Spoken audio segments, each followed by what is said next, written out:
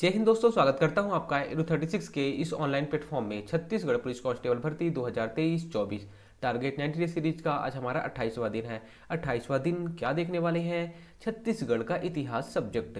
क्योंकि देखिए, छत्तीसगढ़ का इतिहास हमारा लगभग समाप्ति की ओर है। अब हम लोग 2 से 3 क्लास में छत्तीसगढ़ के इतिहास को समाप्त कर देंगे। उसके बाद हम लोग कुछ अलग करने वाले हैं। वो चीज़ें आपको अलग वीडियो में बता दी जाएंगी।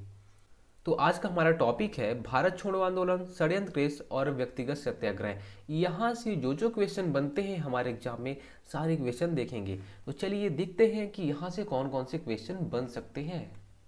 पहला, 1940 में रायपुर में कांग्रेस भवन का उद्घाटन किसने किया था? स्वतंत्रता आंदोलन के लिए जो मूवमेंट चल रहे थे, उस टाइम पे कांग्रेस भवन का उद्घाटन किया गया था। कहाँ पे? रायपुर में। तो किसने किया था आपको बताना है। बताइए। तो इसका राइट आंसर क्या हो जाएगा?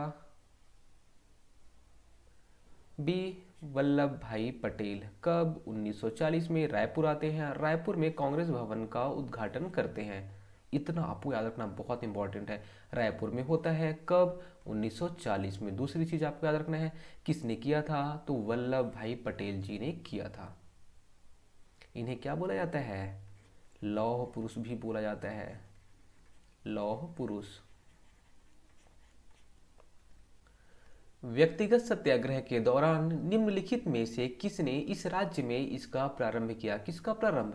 व्यक्तिगत सत्याग्रह का प्रारंभ इस राज्य में किसने किया था आपको बताना है। मौलाना अब्दुल रऊफ, यति यतन जैन, लक्ष्मी नारायण दास या पंडित रविशंकर शुक्ल। किसने किया था व्यक्तिगत सत्याग्रह का प्रारंभ हमारे राज्य में? तो इसका राइट आंसर क्या हो जाएगा? डी, पंडित रविशंकर शुक्ल।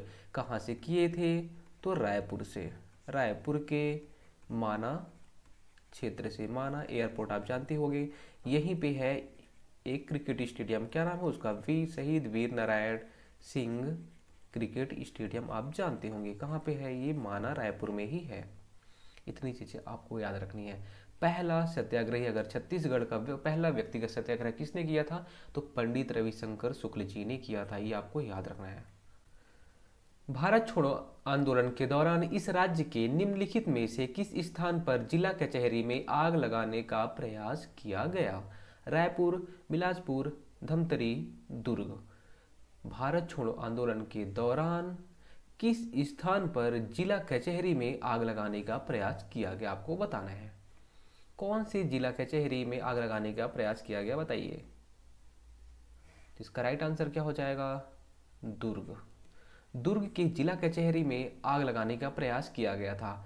किसने ये प्रयास किया था? तो रघुनंदन। कौन? रघुनंदन सिंगरौल। ये नाम आपको याद रखना है। इन्होंने दुर्ग जिला कचहरी में आग लगाने का प्रयास किया था। कौन? रघुनंदन सिंगरौल जी। कहाँ पे? दुर्ग में। निम्नलिखित में से किस घटना से इस राज्य के ईश्वरी चरण शुक्ल जुड़े हुए थे? कंडेल नहर सत्याग्रह, रायपुर षड्यंत्र केस, रायपुर डायनामाइट केस या छुई खदान किसान आंदोलन। कौन इस राज्य के ईश्वरी चरण शुक्ल जी जुड़े हुए हैं? किस घटना से जुड़े हुए हैं आपको बताना है। इसका राइट आंसर क्या हो जाएगा? सी, रायपुर डायनामाइट केस। ये घटना क्या थी?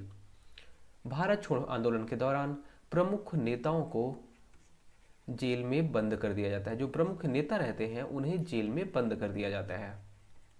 इन्हें जेल से निकालने के लिए जेल की दीवार को डायनामाइट से तोड़ने का दीवार को डायनामाइट से तोड़ने का और नेताओं को बाहर निकालने का जो प्लान रहता है वो कौन बनाते हैं? ईश्वरी चरण शुक्ल जी बनाते हैं। इसे बोला जाता है रायपुर डायनामाइट केस। जो दीवार है, दीवार को डायनामाइट से उड़ाएंगे और जो नेता है उन्हें जेल से बाहर लाएंगे। ये इनका प्लानिंग रहता है।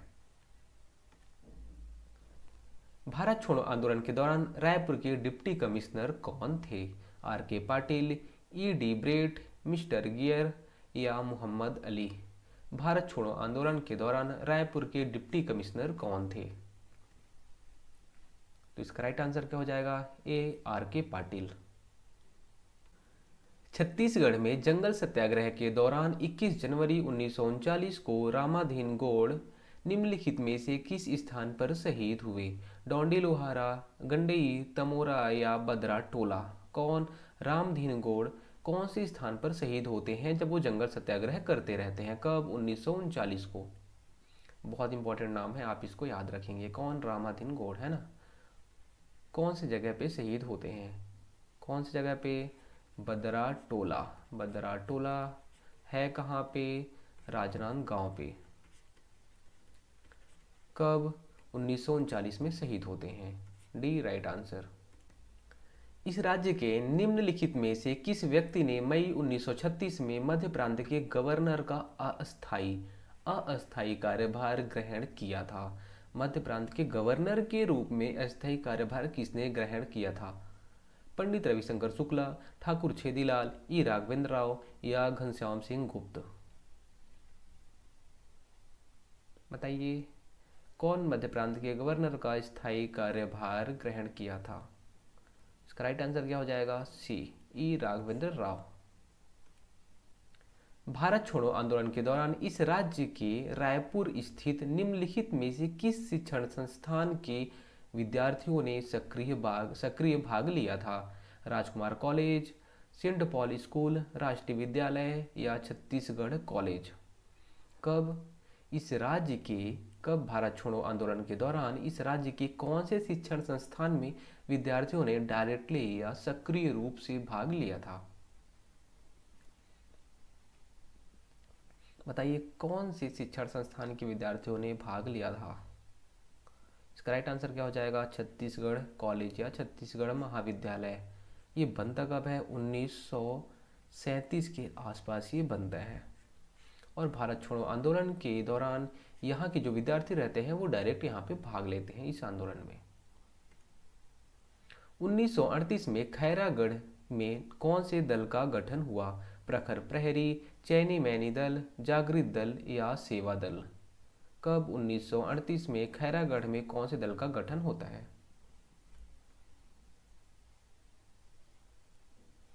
तो उसका राइट आंसर क्या हो जाएगा? सेवा दल। खैरागढ़ है कहाँ पे? राजनांदगांव में। इस दल का गठन कौन करता है अगर पूछता है तो? पदुमलाल पुन्नालाल बख्शी। ठीक है, पदुमलाल पुन्नालाल बख्शी इसका गठन करते हैं।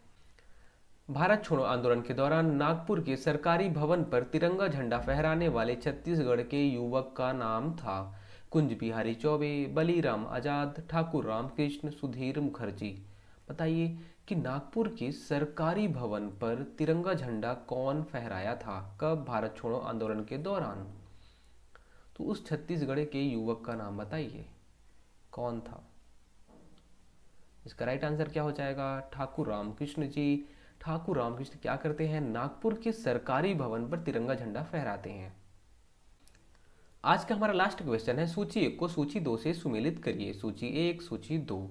सूची 1 में घटनाओं के नाम है, सूची 2 में उनके जो नेतृत्वकर्ता थे उनके नाम है। अब आप इन्हें कैसे सुमेलित करेंगे बताइए? रायपुर षड्यंत्र केस, रायपुर डायनामाइट केस, दुर्ग जिला कचहरी में आगजनी और रायपुर में विद्यार्थियों का जुलूस, इनके नेतृत्वकर्ता से सुमेलित करने का प्रयास करिए। क्या हमने अभी किसी के बारे में बात की है? हाँ, डायनामाइट, रायपुर डायनामाइट केस के बारे में हमने बात किया था। तो इसका मतलब क्या था? रायपुर डायनामाइट जो प्रमुख नेता जो जेल में थे उन्हें जेल से छुड़ाना था हमें। और छुड़ाना कैसे? डायनामाइट से जेल की दीवार को तोड़ो और नेताओं को बाहर निकाल लो। ये प्लानिंग किसने किया था? ईश्वरी चरण शुक्ल जी ने किया था। हमने ये पढ़ चुका था। उसके बाद दुर्ग जिला कचहरी में आगजनी। दुर्ग जिला कचहरी में आगजनी कौन किया था? तो कौन किया था? रघुनंदन सिंगरौल। कौन? रघुनंदन सिंगरौल। ये दो चीजें तो हमें पता थी। अब कौन? 1 2 किस में? बा और सा में 1 2 आना चाहिए। 1 2 किसी में है? हाँ, ये इसमें है, मतलब ये राइट होगा। अब देखिए रायपुर षड्यंत्र केस। रायपुर षड्यंत्र केस में क्या होगा? परशुराम सोनी। और रायपुर में विद्यार्थियों का जुलूस, ये किसने किया था? रणवीर सिंह शास्त्री। अब ये रायपुर षड्यंत्र केस, इसके बारे में भी आपको जानना बहुत जरूरी है। इसके नेतृत्वकर्ता कौन थे? परशुराम सोनी। इनका क्या पर्पस था? जब भारत छोड़ो आंदोलन चल रहा था 1942 के टाइम में, तो इनका प्लानिंग क्या था कि हम बम बनाएंगे। क्या? बम बनाएंगे और विस्फोटक जितनी भी सामग्री होती है, बम और विस्फोटक जितनी सामग्रियां होती हैं, उन्हें बनाएंगे और साथ में बनाने के लिए लोगों को सिखाएंगे कि कैसे बनाना है। हमें अंग्रेजों को भगाना है तो बम और विस्फोटक सामग्री बनानी पड़ेगी, तभी इन्हें भगाएंगे मार के।